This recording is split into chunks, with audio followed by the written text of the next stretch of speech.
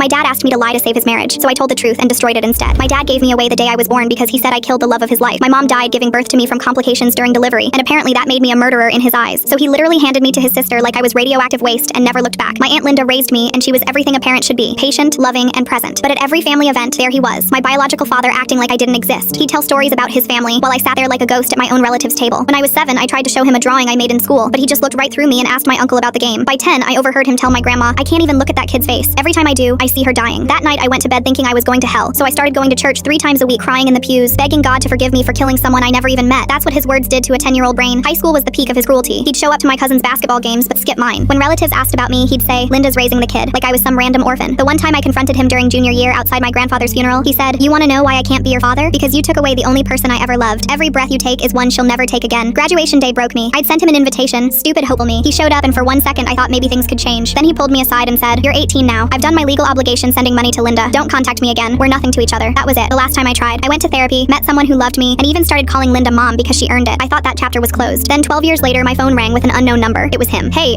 so I need to see you," he said, his voice tight. "Why?" "I'm married. My wife Julia. She wants to meet you. She doesn't understand why we don't talk." My chest tightened. "What did you tell her?" "That we had a falling out when you were a teenager. Different paths, you know. Can you please just come to dinner and play along?" "I can't do that. This man destroyed my childhood, made me believe I was a killer, abandoned me completely, and now he wanted me to help him lie." "Please," he said, and I could hear the desperation. "Just one dinner. Just make it sound like normal family stuff, that we grew apart. Maybe I was strict and you were rebellious." I was about to hang up when it hit me. He was vulnerable. He needed something from me. After all these years, I finally had power. "What exactly would I need to say?" I asked. He exhaled in relief. "Just keep it vague. Nothing specific. You know, the normal father-son stuff." Normal. He called attempting to erase my entire existence normal. So I agreed, knowing what I was going to do. He wanted me to save his marriage with lies. I was going to destroy it with the truth. Over the next few days, I played along perfectly. Friendly texts about wine preferences, subtle reassurances. Then the morning of the dinner, I sent one final text. "See you tonight. Let's make this a fresh start." He replied, "That means everything, thank you, son." First time he'd ever called me that. I stood in front of my bathroom mirror that evening, practicing my smile. "It's so nice to finally meet you, Julia." Too eager. I tried again. "Thanks for having me over." Better, casual, like a normal son visiting his normal father. I straightened my collar and took a breath. The night arrived. I wore my best shirt, brought expensive wine and flowers for Julia. When he opened the door, my stomach dropped. It had been 12 years, but seeing his face in person again sent a jolt through my chest. He looked older, grayer. For a split second, I was 7 years old again, holding up that drawing. Julia appeared behind him with a warm smile and genuine laugh. She'd made my favorite meal because she asked Linda what it was. She talked about wanting a big family, how family was everything to her. Perfect. "So," she finally asked over dessert, "what really happened between you two? Michael just says you had disagreements." I looked at my father. He was relaxed now, confident I'd stick to the script. He even smiled at me. "Well, my mother died giving birth to me. Michael blamed me for her death. He gave me to his sister the day I was born, told me I was a murderer, said every breath I took was one she couldn't. The last time we spoke before this, I was 18. He told me his legal obligations were over and to never contact him again." The silence was deafening. She turned to Michael. "Is this true?" He couldn't even deny it, just sat there staring at his plate. Julia stood up and walked out. Michael followed her, begging. 2 weeks later, I got a text from him. "Julia's filing for divorce. Hope you're happy." Another text came through a minute later. "First your mother, now Julia. You destroy everything I care about." I stared at my phone for a long time before I replied, "No, mom died giving birth, and Julia left when she found out you spent 27 years punishing a baby for it."